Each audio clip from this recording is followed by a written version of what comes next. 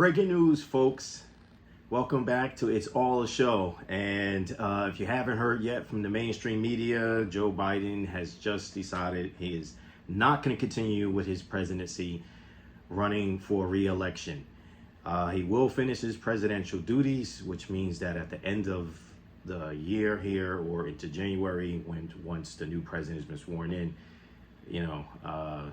that will be it for him. His political career will be officially over. Now, I got to tell you, honestly, there's a lot of questions, and I know people are going to be confused, mainly Democrat voters, their delegates, and everyone who participated for his campaign all this time.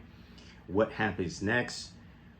He has endorsed his vice president, his VP. Harris will be continuing with the campaign, and I guess she'll have to pick a VP of her own. So we'll find out and get those answers during the DNC, which is the Democratic National Convention. Now, the questions that everyone's going to be asking is this, one, even legal? And two, if it is, what happens next? Is she going to be able to get the support from the American people and her own Democratic Party and independent voters? Is she going to be able to get their support to be able to win against Donald Trump and the Republicans?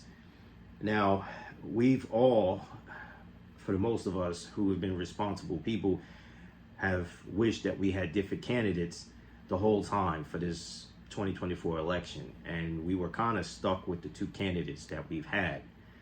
The angry part about this is that, Biden did not have to run for re-election from the start. He could have passed the torch on to somebody else, which would have given Democratic voters opportunity and independent voters an opportunity to view who they may think is fit to run for office and who could possibly fill in and replace Joe Biden if the Democrats were to win.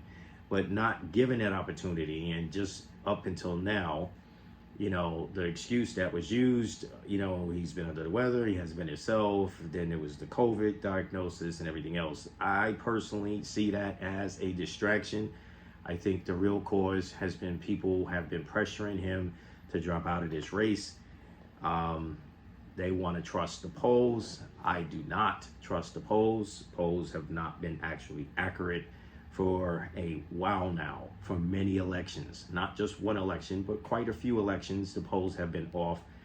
But when the mainstream media kept pressing and running this story for him to drop out of the race, I knew that this was coming from a different area. And then you had certain Democrats making those same suggestions to get him to want to step aside and let somebody else run.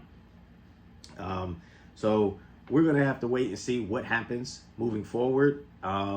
It's about 4 weeks before the DNC has their convention, and then I guess there'll be an official announcement. But the president has come out and has spoken, and he is passing the torch on to his VP. So if you haven't heard the news, I am giving it to you now. So it is breaking news. This is FGV. Thank you for tuning in to It's All a Show. I have some other things that we need to go over and talk about as far as what's happening with the Justice Department and legal system, because it is now turned into a full-fledged circus with the Republicans turning the Justice Department into a political arena. They have completely turned our Justice Department into a circus.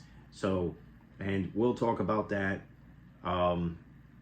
But right now, this is all about the fact that Joe Biden has stepped aside. I wish I could hear from Democratic voters and what your opinions and thoughts. I don't know what to say. I want to apologize to you guys for the fact that you guys have been dragged through this, but I kind of seen this coming for some time. And now that the cat is out of the bag, It is happening. I was told before that this was coming this weekend and it would be announced on Sunday. And here we are, July 21st, 2024. So thank you for tuning in. FGV, it's all a show. Please subscribe and please like if you like the video, and please leave comments. Thank you so much.